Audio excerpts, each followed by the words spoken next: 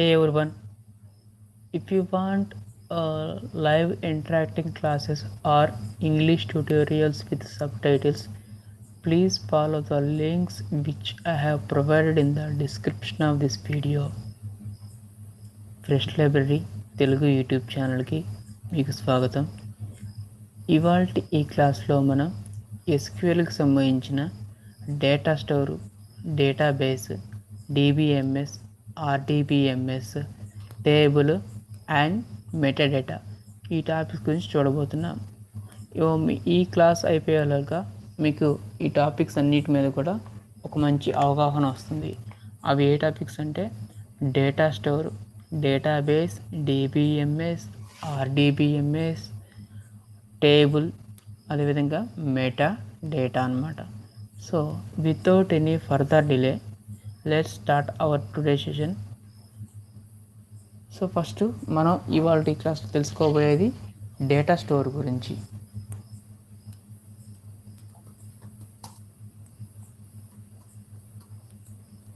Okay,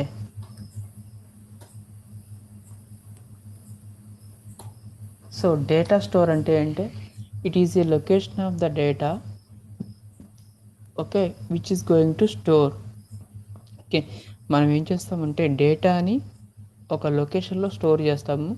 ఆ లొకేషన్నే మనం data store అంటాము. ఓకేనా, ఏ లొకేషన్లో అయితే మనం డేటాని స్టోర్ చేస్తామో దాన్నే డేటా స్టోర్ అంటాము. సో ఇందులో పెద్దగా రాకెట్ సైన్స్ ఏమీ లేదు, ఇది ఒక సింపుల్ నార్మల్ కాన్సెప్ట్. సో మీకు జస్ట్ వీటి గురించి ఇన్డెప్త్గా వెళ్ళకుండా డెఫినేషన్స్ వరకు చెప్పేసి నెక్స్ట్ అప్కమింగ్ క్లాసెస్లో మీకు ఇన్డెప్త్గా ఒకవేళ అవసరం అయితే మీకు ఏవైనా డౌట్స్ ఉంటే కింద కమెంట్ చేసినా కానీ నేను మీకు క్లియర్గా ఎక్స్ప్లెయిన్ చేస్తాను upcoming సెషన్స్లో.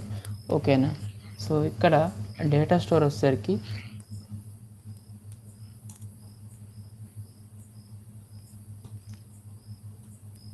it is a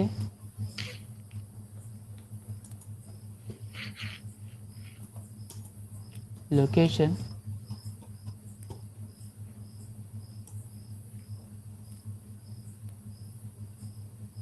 where data is stored. Okay, where data is stored. So examples వచ్చేసరికి దీనికి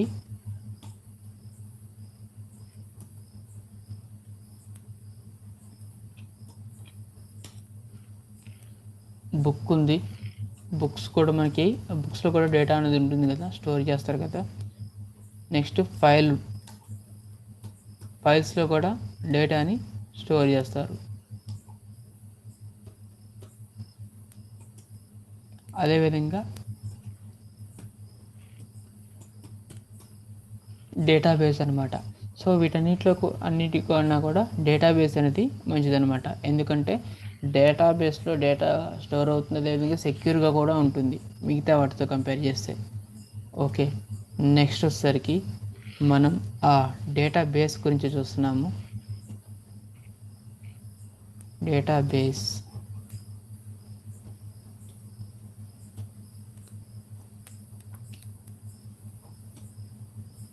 సో డేటాబేస్ అంటే ఏంటి అంటే it is the location of organization business data stored permanently. It is the location of organizations business డేటాని మనం ఒక లొకేషన్లో store చేస్తాము కదా. సో అందులో కూడా ఈ డేటాని మనం పర్మనెంట్గా స్టోర్ చేస్తాం. ఓకేనా, ఈ డేటాని మనం పర్మనెంట్గా స్టోర్ చేస్తాం, దాన్నే డేటా బేస్ అంటాము. ఓకేనా, దాన్నే డేటా బేస్ అంటాము. సో ఇక్కడ నేను మీకు డెఫినేషన్ రాస్తున్నాను చూడండి.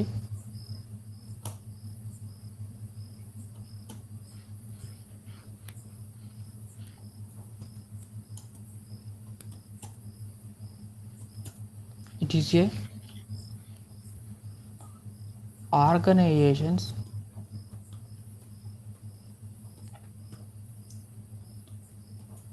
business data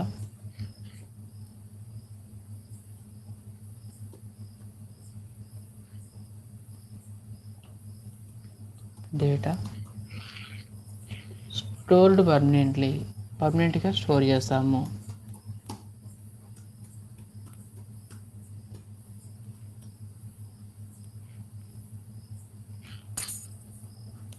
okay. నెక్స్ట్ మనకి టాపిక్ వచ్చేసరికి డిబిఎంఎస్.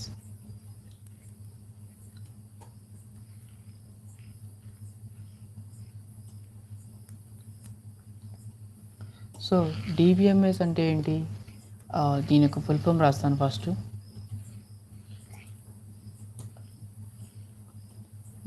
మనకందరికీ తెలిసే ఉంటుంది, database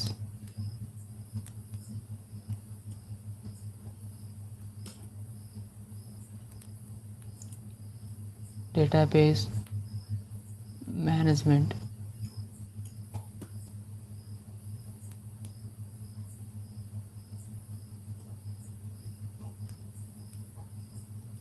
system.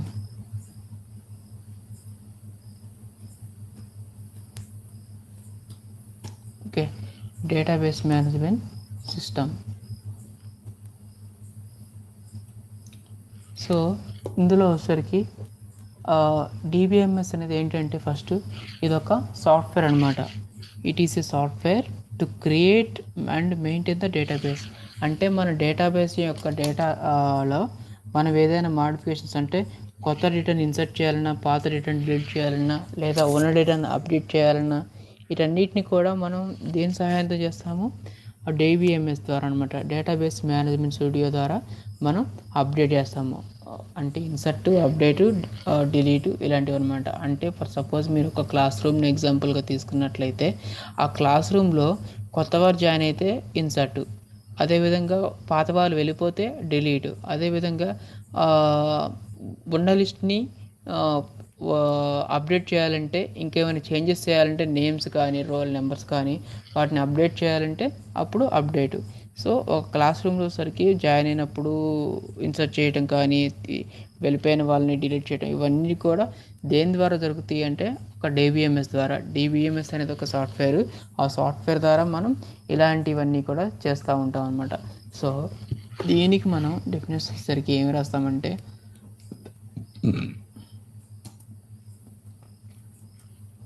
It is a software to create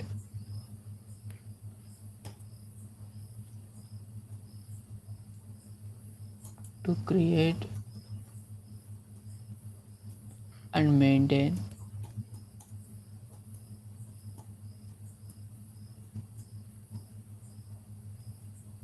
the database. It is a software to create and maintain the database. అంటే మెయింటైన్ అంటే ఏం చేస్తాం? ఇన్సర్ట్, అప్డేట్, డిలీట్ ఇవన్నీ కూడా. ఓకేనా? నెక్స్ట్ వచ్చేసరికి మనం ఆర్డిబిఎంఎస్.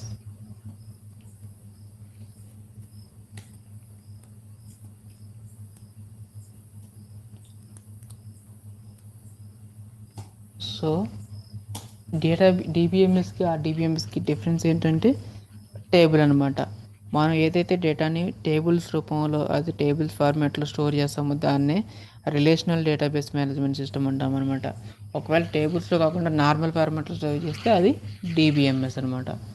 ఓకేనా? సో ఏముండదు. ఇప్పుడు టేబుల్స్కి వచ్చేసరికి మనం ఎక్సెల్ షీట్ని ఎగ్జాంపుల్గా తీసుకోవచ్చు. ఇప్పుడు ఇది నోట్ ప్యాడ్. ఓకేనా? ఫర్ సపోజ్ దీనిలో మనం డేటాని స్టోర్ చేస్తున్నాం, ఇదంతా రాస్తున్నాం, స్టోర్ చేస్తున్నాం. కానీ ఇదంతా కూడా నార్మల్ నోట్స్ కాబట్టి నార్మల్ ఫార్మాట్లో ఉంది. అదేవిధంగా దీన్నే మనం ఎక్సెల్ షీట్లో తీసుకున్నట్లయితే, ఓకేనా, ఎక్సెల్ షీట్లో వచ్చేసరికి ప్రతిదీ కూడా టేబుల్స్ ఫార్మాట్లో ఉంటుంది. ఈ ఎక్సెల్ షీటే మనకి ఆర్డిబిఎంఎస్కి ఒక బెస్ట్ ఎగ్జాంపుల్ అనమాట. ఓకేనా?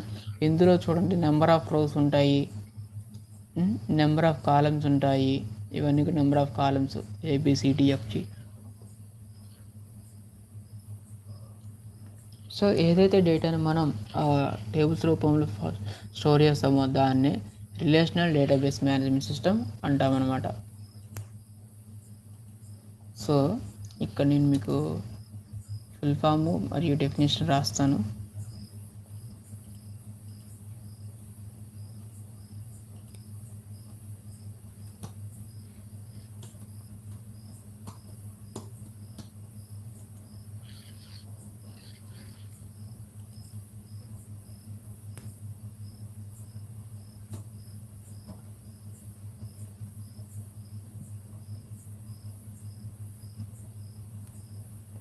ఓకే. సో దీనికి వచ్చేసరికి మనం డెఫినేషన్ ఏం రాస్తామంటే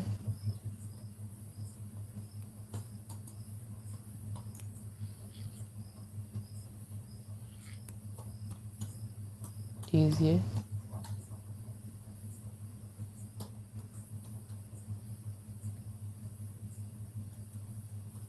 to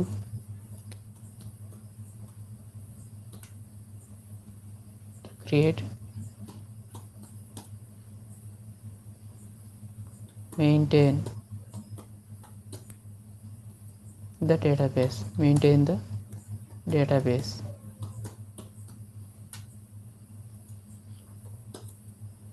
in the form of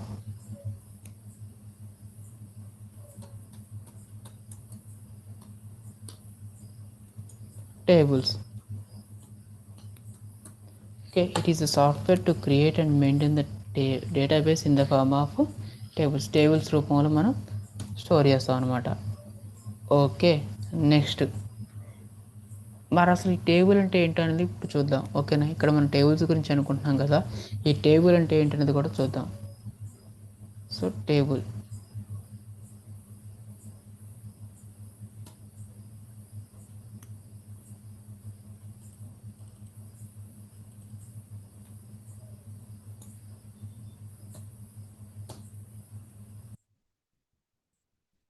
ఇవాళ టాపిక్ చాలా జనరల్ టాపిక్. ఓకేనా, దీనిలో పెద్ద రాకెట్ సైన్స్ ఏమి ఉండదు, ఈజీగా అర్థమైపోతుంది. ఓకే, ఒకవేళ మీకు ఏమైనా డౌట్స్ ఉంటే, మీకు అర్థం కాకపోతే కింద కమెంట్ సెక్షన్లో కమెంట్ చేయండి.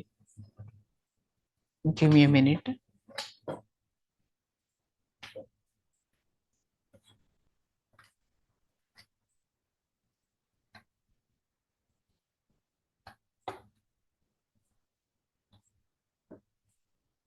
సో టేబుల్ అంటే ఏంటి? జనరల్గా టేబుల్ వచ్చేసరికి ఇలా ఉంటుంది కదా. ఓకేనా, ఇదంతా కూడా ఒక ఎక్సెల్ షీట్లో ఉన్నటువంటి టేబుల్. ఈ టేబుల్స్లో మనం టేబుల్ అనేది అసలు ఎలా ఫామ్ అవుతుంది అంటే, దీనిలో మనకి number of rows and columns కలిగి ఉంటాయి అనమాట. అంటే ఇప్పుడు చూడండి, 1 2 3 ఇవన్నీ కూడా రోస్, అంటే ఈ విధంగా ABCDEF ఇవన్నీ కూడా కాలమ్స్. ఈ combination or collection of these rows and columns is nothing but an table. Okay, so అదే ఇక్కడ నేను మీకు రాస్తున్నాను చూడండి.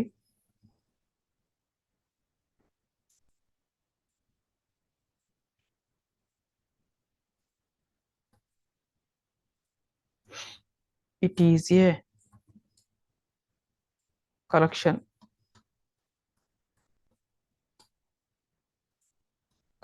Of rose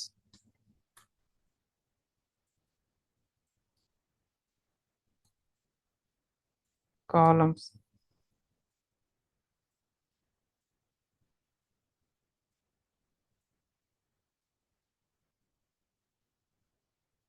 table is a collection of rows and columns అనమాట.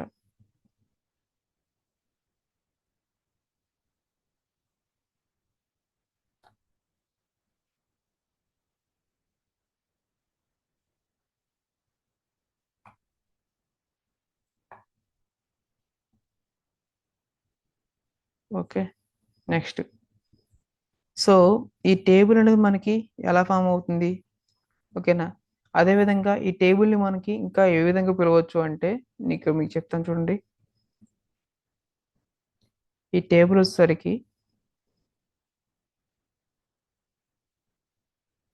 మనం రిలేషన్ అని కూడా అనొచ్చు, అదేవిధంగా ఎంటిటీ అని కూడా అనవచ్చు.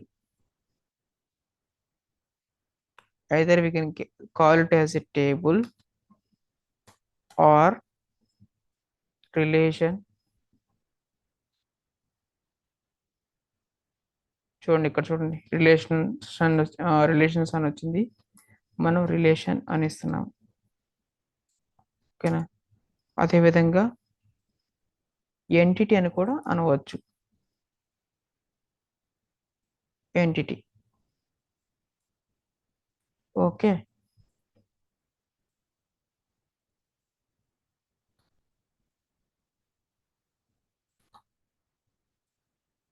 నెక్స్ట్ ఎగ్జాంపుల్ వచ్చేసరికి దీనికి మీకు ఒక టేబుల్ని ఎగ్జాంపుల్గా తీసుకొని మీకు ఎక్స్ప్లెయిన్ చేస్తాను.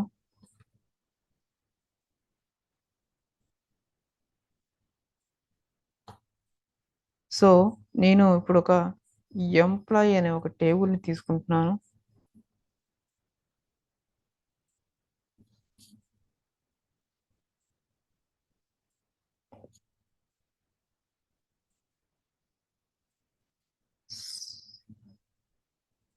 ఈ టేబుల్ నేమ్ వచ్చేసరికి నేను ఎంప్లాయీ అని ఇస్తున్నాను. ఓకేనా. అదేవిధంగా దీనిలో నేను రోస్ అండ్ కాలమ్స్ ఫామ్ చేస్తున్నాను. ఫస్ట్ కాలంకి నేను ఇచ్చేటువంటి నేమ్ ఏంటంటే ఈఎంపి ఐడి. ఈఎంపి ఐడి అంటే ఎంప్లాయీ ఐడి అనమాట. ఓకే. అదేవిధంగా నెక్స్ట్ వచ్చేసరికి ఈ నేమ్ అనమాట.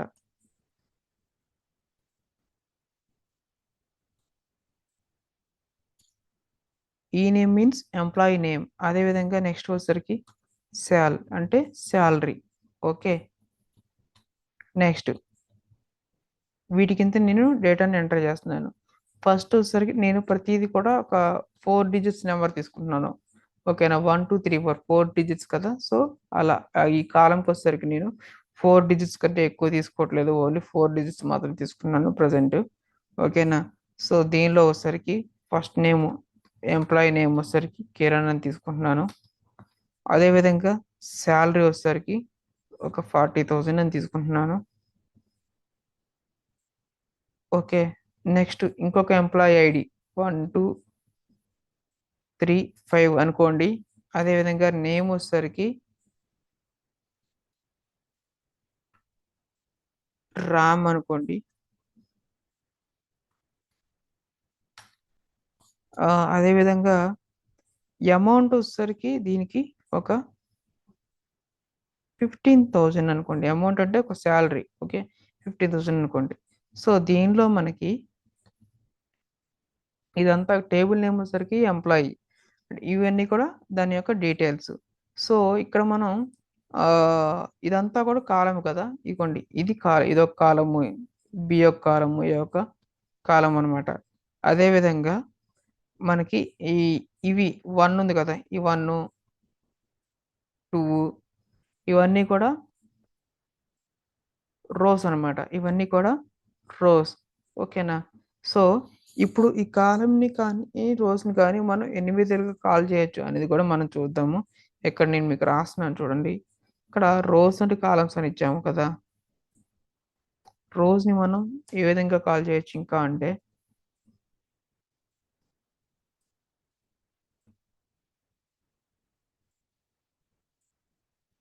రికార్డ్ అని కాల్ చేయొచ్చు. ఓకేనా. అదేవిధంగా టపుల్ అని కాల్ చేయొచ్చు. అదేవిధంగా ఎంటిటీ ఇన్స్టెన్స్ అని కూడా మనం పిలవచ్చు. కానీ ఇక్కడ మనం నేను ఎక్కువ రికార్డు అనేది ఇచ్చేస్తాను. ఓకేనా. రికార్డ్ అంటే మాత్రం మనకి రో అని గుర్తుంచుకోవాలి. ఓకేనా. రో అని గుర్తుంచుకోవాలి. నెక్స్ట్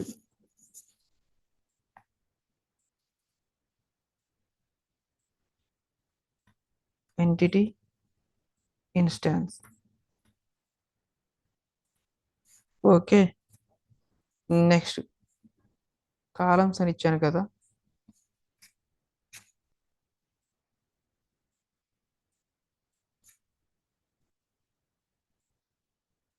సో కాలం వచ్చేసరికి మనం ఫీల్డ్ అని అనవచ్చు.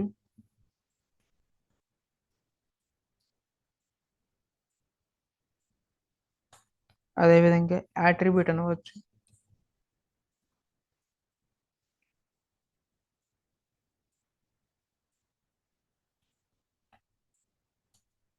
అదేవిధంగా ప్రాపర్టీ అనవచ్చు.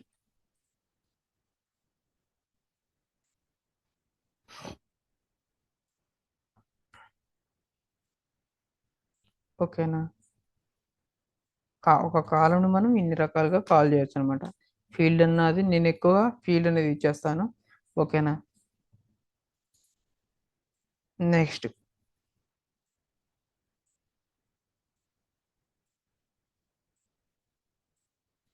దీనికి ఎగ్జాంపుల్ వచ్చేసరికి నేను ఎక్సెల్ షీట్లో పెట్టి చూపించాను కదా, సో అదే దాని యొక్క ఎగ్జాంపుల్. సో దీనిలో మనకి నెక్స్ట్ వచ్చేసరికి metadata.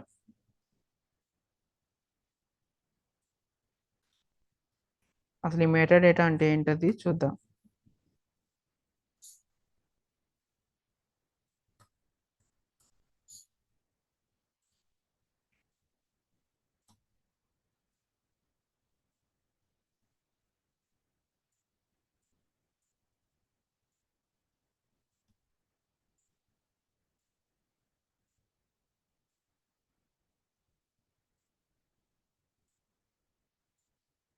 Okay.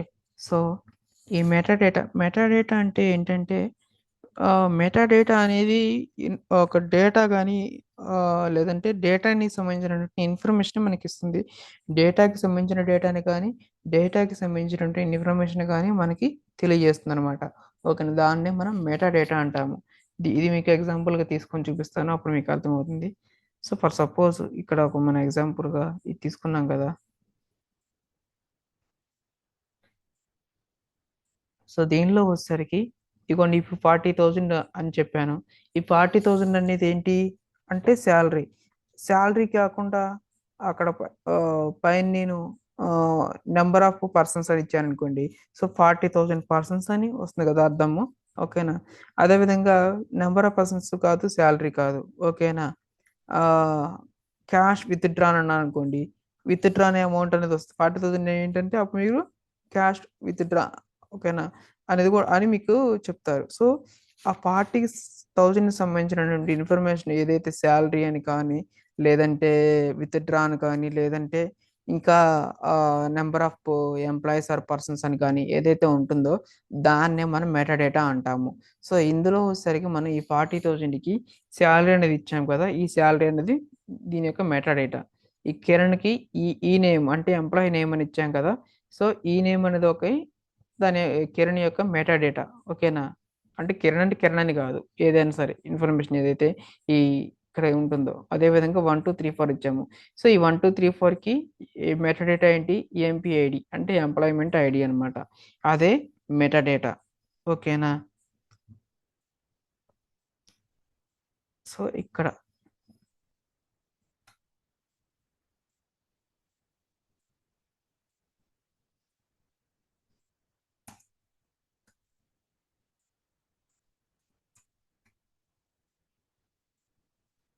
metadata is the data about the data. అర్థమైంది కదా మీకు ఏంటి మెటాడేటా అంటే ఏం లేదు, ఒక రోన్ కానీ కాలం కానీ తీసుకుంటే ఎగ్జాంపుల్గా దానిపైన అది శాలరీయా number of persons withdraw అమౌంటా అనేది ఏదైతే తెలియజేస్తుందో దాన్ని మెటాడేటా అంటాము. ఓకేనా, about the data or information about the data అలా కూడా అనవచ్చు. నెక్స్ట్ ఇది మనకి ఏం తెలియజేస్తుంది అంటే it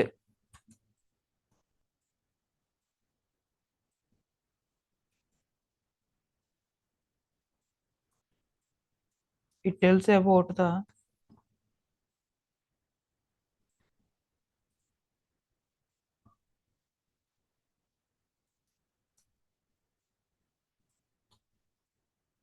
it tells about the data.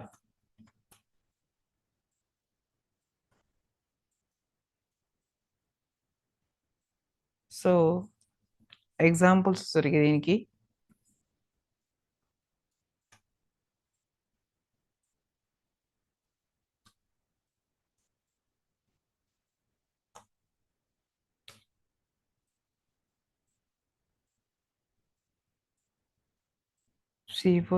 Columns అనమాట. ఓకే, ఎగ్జాంపుల్స్కి కాలమ్స్ అంటే కాలమ్స్ అని కాదు, కాలం యొక్క నేమ్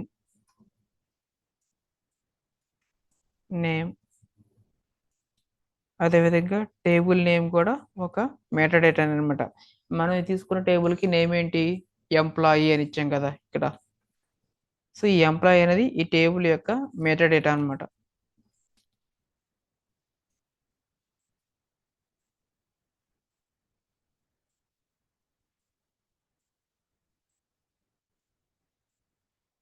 ఓకే. నెక్స్ట్ ఇప్పుడు ఇదే టేబుల్కి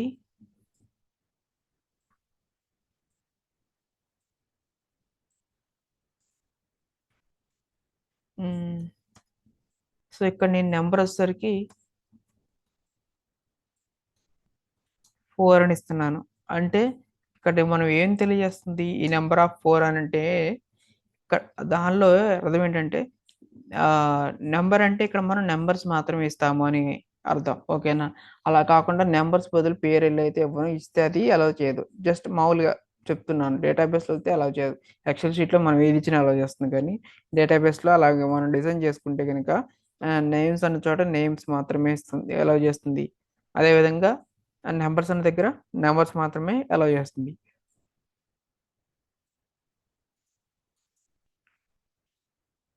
సో ఇక్కడ నెంబర్స్ వచ్చేసరికి 4 అని ఇచ్చాను. అంటే ఇక్కడ మనం -9 నుంచి కూడా -2. ఓకేనా? సో -9999 నుంచి 9999 ప్లస్ 9999 వరకు. ఓకేనా? ఇవన్నీ కూడా అంటే ఈ రేంజ్లో మనకి ఆ, ఇంతవరకు ఇది ఒక లిమిట్ అనేది తెలియజేస్తుంది అనమాట. ఈ ఎంప్లాయీ ఐడి నెంబర్ ఆఫ్ 4 ఇచ్చాం కదా, ఆ 4 నెంబర్స్ కన్నా ఎక్కువ అలా చేయదనమాట, అలా ఇస్తాము. ఓకేనా? నెక్స్ట్ దీని బదులుగా ఇక్కడ మనం ఏదైనా నేమ్ ఇచ్చామనుకోండి.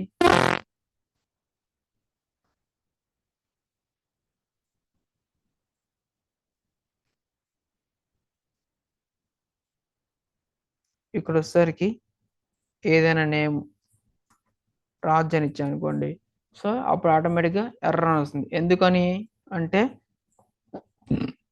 మనం యాక్చువల్గా నెంబర్ స్పెసిఫై చేస్తాం పైన. స్పెసిఫై చేయకపోతే పర్లేదు, ఒకవేళ స్పెసిఫై చేస్తే అప్పుడు అది నెంబర్స్ మాత్రమే అలౌ చేస్తుంది, మిగతా వాటిని అలౌ చేయదు, ఎర్రర్ వస్తుంది. ఓకేనా? ఒకవేళ డేట్ ఎంటర్ చేశాను అనుకోండి, 24/11/2025 ఇచ్చాను. ఓకేనా? సో ఇలా ఇస్తే ఇది వచ్చేసరికి ఎర్రర్ వస్తుంది. ఓకేనా? అంటే ఇక్కడ మనం 11 అని కాదు, డిసెంబర్ 11 నవంబర్ అని ఇచ్చామనుకోండి, అప్పుడు డిసెంబర్ ఆర్ నవంబర్ అనేది నెంబర్ కాదు, స్ట్రింగ్. ఓకేనా? సో ఇలా ఇస్తే అది ఆటోమేటిక్గా ఎర్రర్ అనేది ఇచ్చేస్తుంది అనమాట. ఓకేనా? ఏమొస్తుంది? ఎర్రర్ అనేది ఇస్తుంది అవుట్పుట్ లాగా. ఓకేనా? ఇదన్నమాట మెటాడేటా అంటే. నెక్స్ట్